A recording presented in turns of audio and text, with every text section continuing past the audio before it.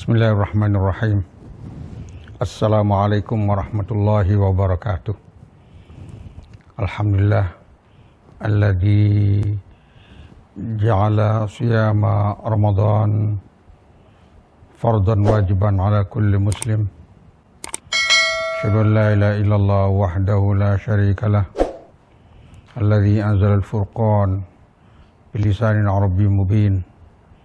Wa asyhadu anna Muhammadan abduhu wa rasuluhu al-mab'uts rahmatan lil alamin.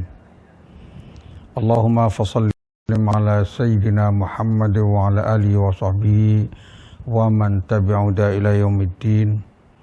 A'udzu billahi minasyaitonir rajim. Ya ayyuhalladzina amanu taqullaha haqqa tuqatih wa la tamutunna illa wa antum muslimun. Wa qala Allah ta'ala fi ayatin ukhra.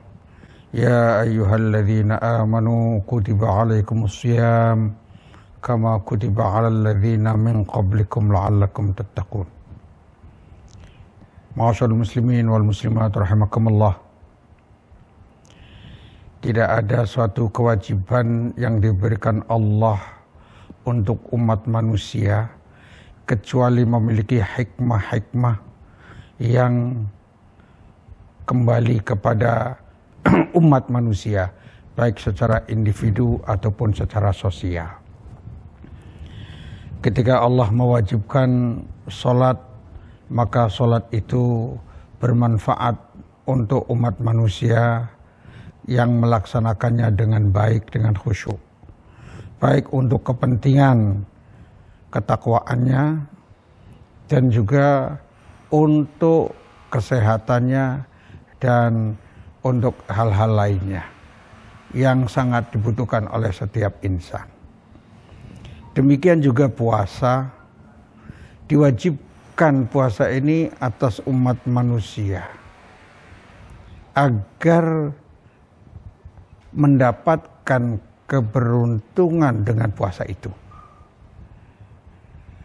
Ayat yang saya bacakan adalah dari surat Al-Baqarah 183. Ya ayyuhalladzina amanu, wahai orang-orang mukmin, kutiba alaikumus syiyam, diwajibkan atas kamu sekalian berpuasa. Kama kutiba alal ladzina min qablikum, sebagaimana diwajibkan pada orang-orang sebelum kamu sekalian. La'allakum tattaqun, agar kamu sekalian bertakwa. Hikmah utama dari puasa adalah agar umat manusia menjadi orang-orang yang bertakwa. Itu inti daripada hikmah puasa. Maka kalau puasa tidak menghasilkan ketakwaan, berarti puasanya itu dicurigai kemanfaatannya. Kalau melihat hikmah puasa secara menyeluruh, ma'asyiral muslimin wal muslimat rahimakumullah, yang pertama tadi yaitu tahqiqut taqwa, la'allakum tattaqun, agar kamu sekalian bertakwa. Karena kalau orang puasanya benar, mengikuti rukun puasa, bahkan semua larangan-larangan puasa, baik yang membatalkan puasanya atau mengurangi pahala puasanya, dijauhi, maka pasti akan menghasilkan ketakwaan. Takwa itu secara sederhana adalah al-khaufu minal jalil, rasa takut kepada Allah yang Maha Agung. Wal amalu bitanzil, dan mengamalkan apa-apa yang diturunkan Allah Subhanahu wa taala dari Al-Qur'an dan apa yang diwahyukan kepada Rasulullah, yaitu as-sunnah. Waridha bil qalil, dan menerima dengan masalah-masalah dunia yang sedikit, karena hakikatnya dunia ini adalah sedikit. Dan yang keempatnya, seorang yang bertakwa pasti al-isti'dad liyaumir rahil, menyiapkan untuk hari setelah kematian. Nah, kalau orang yang berpuasa tidak menghasilkan ini, berarti dicurigai puasanya itu ada hal yang kurang. Hikmah yang kedua, bagaimana puasa ini kalau dilaksanakan secara baik, sesuai dengan aturan-aturan yang akan menguatkan ruhiyah setiap insan yang berpuasa. Manusia diciptakan dari dua sisi, yaitu aspek tanah dan aspek roh. Kalau kita melihat firman Allah, wa idz qala rabbuka lil malaikati inni khaliqun basyaran min tin. Ingatlah ketika Rabbmu berfirman kepada para malaikat, sesungguhnya aku menciptakan manusia dari tin, dari tanah. Lihat. Ini aspek yang pertama. Fa idza sawaituhu wa nafakhtu fihi min ruhi. Apabila aku sempurnakan dan aku tiupkan di dalamnya dari rohku, ini unsur ruhiyah dari Allah Subhanahu wa taala. Faqa'u lahu sajidin. Hendaklah kamu sekalian bersujud. Ya, dua unsur ini kalau berpuasa maka unsur ruhiyah akan dikuatkan. Kalau unsur jasmani, unsur tanah, unsur materi membutuhkan materi. Makan, minum, materi. Tetapi unsur ruh yang diciptakan dari Allah membutuhkan pelaksanaan ibadah kepada Allah. Di antaranya adalah puasa. Puasa ini akan mengokohkan aspek ruhiyah. Ini yang pertama. Bahwa maksud saya yang kedua, setelah merealisir ketakwaan puasa itu, yang kedua harus menguatkan ruhiyah seseorang. Maka seorang yang berpuasa rohaninya sangat kuat, ibadahnya kuat, zikirnya kuat, selalu ingat Allah, takut melaksanakan hal-hal yang bisa membatalkan puasanya, bahkan takut melakukan sesuatu yang bisa mengurangi pahala puasanya, sehingga ruhiyahnya semakin kuat. Yang ketiga, puasa juga memiliki hikmah untuk mendidik kehendak, keinginan, kemauan. Manusia punya dhamir, punya suara hati, sanubari. Ketika berpuasa, sanubari akan dibangkitkan. Kehendaknya diarahkan oleh Allah Subhanahu wa taala. Yang seharusnya dia untuk melakukan sesuatu kemaksiatan, dia tahan, dia tidak lakukan, takut membatalkan puasanya atau membatalkan pahala puasanya. Mau marah, ingat bahwa puasa harus menahan amarah. Sehingga seseorang yang berpuasa, pribadinya akan menjadi sangat indah, bisa mendisiplin diri, bisa melakukan hal-hal yang kokoh untuk menguatkan kesabaran, untuk bisa banyak menguatkan kebaikan-kebaikan dalam dirinya. Ini yang ketiga. Dan puasa harus mendidik kita menjadi orang yang paling sabar. Maka diuji nanti kalau kita sedang puasa ini dengan banyak hal. Godaan-godaan untuk marah, godaan-godaan untuk melakukan kemaksiatan. Maka di sini orang yang berpuasa mampu untuk mengendalikan dirinya. Yang keempat, bahwa puasa itu adalah untuk mengingatkan nikmat Allah yang diberikan kepada kita semuanya. Karena kita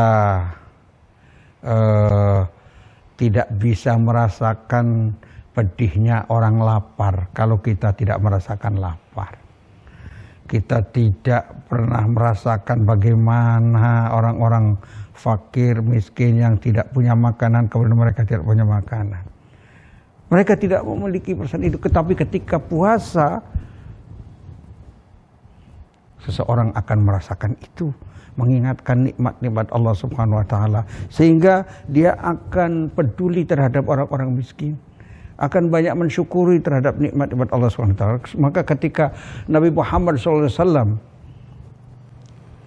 ditawarkan agar kota Mekah itu seluruhnya dijadikan emas, Rasulullah SAW menolak, bukan apa-apa. Dalam sebuah riwayat yang diriwayatkan oleh Imam At-Tirmidzi, biarkanlah ya, sehari dalam keadaan puasa, sehari dalam keadaan futur. Artinya ketika aku dalam keadaan puasa mengingat nikmat-nikmat Allah SWT, ketika tidak berpuasa maka akan banyak bersyukur kepada Allah SWT. Kemudian yang kelima, bahwa puasa ini bisa mengingatkan kita kepada orang-orang fakir, kepada orang-orang miskin, ya, di mana Rasulullah SAW ya, syabi'tu yauman wa ju'tu yauman, lapar sehari, kenyang sehari. Ketika aku lapar, ingat kepada orang-orang miskin. Ketika aku kenyang, ingat kepada nikmat-nikmat Allah, dan seterusnya.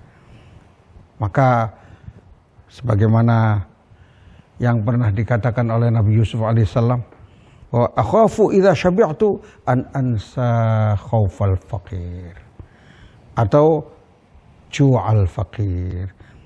Seandainya saya ini kenyang terus, maka aku takut lupa kelaparannya orang-orang miskin. Masyaallah muslimin wal muslimat rahimakumullah. Di antara hikmah puasa yang lainnya adalah bahwa puasa ini adalah ibadah total dan cukup lama. Kalau sholat ibadah total, tidak makan, tidak minum, tidak bicara ketika sholat, tapi hanya beberapa menit. Ya, kalau sholat zuhur, sholat asar, ya cukup, orang-orang kadang-kadang 5 menit. Kalau agak panjang dikit 10 menit, kecuali sholat tahajud qiyamnya panjang. Tapi ibadah secara total itu, sholat itu tidak lama. Tetapi ketika puasa, puasa dari terbit fajar sampai terbenam matahari, seharian harus full. Tidak boleh ada yang membatalkan puasa. Tidak boleh ada pekerjaan-pekerjaan yang bisa mengurangi pahala puasa. Seluruhnya dijaga. Inilah al-imsak, suatu usaha untuk bisa menguatkan ya, ibadah kepada Allah Subhanahu wa taala. Dan ini inti daripada puasa itu. Maka Rasulullah SAW meriwayatkan hadis qudsi, kullu amal ibni adam lahu illa shaum fa innahu li wa ana ajzi bihi. Di mana Rasulullah SAW meriwayatkan hadis dari Allah bahwa setiap amalan anak cucu Adam itu adalah baginya. Artinya langsung ditulis amalannya, langsung ditulis pahalanya. Illa shaum, kecuali puasa, fa innahu li, puasa adalah milikku, karena Allah adalah puasa. Dan milik Allah lah puasa kita itu. Wa ana ajibi, dan makanya Allah lah yang langsung akan membalasnya. Tentunya Allah Rahman Rahim, pasti ketika membalas pahala puasa bisa sangat luar biasa. Dimana ketika seorang puasa, yada'u dha'amahu min ajli, dia meninggalkan makanannya untuk aku. Wa yada'u syarabahu min ajli, dia meninggalkan minumannya karena aku. Wa yada'u yaladzatahu min ajli, dia meninggalkan kelezatan dunia ini untukku. Termasuk wa yada'u zaujatahu min ajli. Ketika dia berpuasa siang hari, meninggalkan kesenangan-kesenangan dengan istrinya karena aku. Ini keistimewaan daripada puasa. Para hadirin hadirat, para pendengar pemirsa sekalian yang saya muliakan. Yang terakhir, bahwa di antara hikmah puasa adalah bisa menyehatkan jasmani, bisa menguatkan rohani. Oleh sebab itu, seseorang yang berpuasa akan sehat. Sumu tasihu, puasalah, pasti kamu akan sehat. Maka dalam berbagai macam penelitian yang dilakukan oleh para saintis, para dokter, binatang-binatang yang berpuasa, yang tidak diberi makan, dengan yang diberi makan, ketika diberikan virus lebih tahan. Orang tikus yang tidak diberi makan tadi. Begitu juga manusia, kalau dia mengistirahatkan makannya, dia tidak makan terus-menerus, ya, maka akan menjadi sehat jasmaninya, sehat rohaninya. Maka ketika ada seorang dokternya Harun Ar-Rasyid yang muslim, ditanya oleh seorang spesialis dokter tapi non muslim, ditanya, apakah ada pendidikan kesehatan di dalam Islam atau ilmu ataupun hadis ataupun ajaran dalam Islam yang berbicara tentang kesehatan. Dijadikannya satu hadis bahwa Rasulullah SAW pernah bersabda bahwa seorang mukmin itu tidak pernah kenyang ketika makan dan tidak pernah dia tidak mau makan kecuali kalau lapar, dan kalau makan tidak pernah kenyang. Itu ajaran Islam. Jadi istilahnya makannya tidak pernah sampai kenyang dan tidak mau ngemil, tidak mau makan kecuali dalam keadaan lapar. Nahnu qaumun la na'kulu hatta najuu' wa idza akalna la nashba. Kami adalah suatu kaum yang tidak pernah mau makan sebelum lapar, dan ketika makan tidak pernah sampai kenyang. Ini ajaran, termasuk ajaran Islam yang paling kuat di bidang kesehatan itu adalah bagaimana kita disuruhnya puasa. Maka ma'asyiral muslimin wal muslimat rahimakumullah, di bulan suci Ramadan yang sangat indah ini, di mana kita bisa bersama keluarga di bulan Ramadan ini, di mana mata kita bisa terjaga dari kemaksiatan karena masih bersama keluarga di rumah. Jauh sekali ketika dalam kondisi campur aduknya manusia di tempat-tempat maksiat, maka di bulan Ramadan saat ini mudah-mudahan umat manusia kembali kepada Allah dengan penuh dan ibadah puasanya menjadi maksimal, amaliyah Ramadannya juga maksimal. Mudah-mudahan Allah mengampuni dosa kita, mudah-mudahan Allah melimpahkan rahmat kepada kita, dan mudah-mudahan Allah memasukkan ke dalam surga Jannatul Naim. Aqulu qouli hadza wa astaghfirullah li wa lakum wal afu minkum. Wassalamualaikum warahmatullahi wabarakatuh.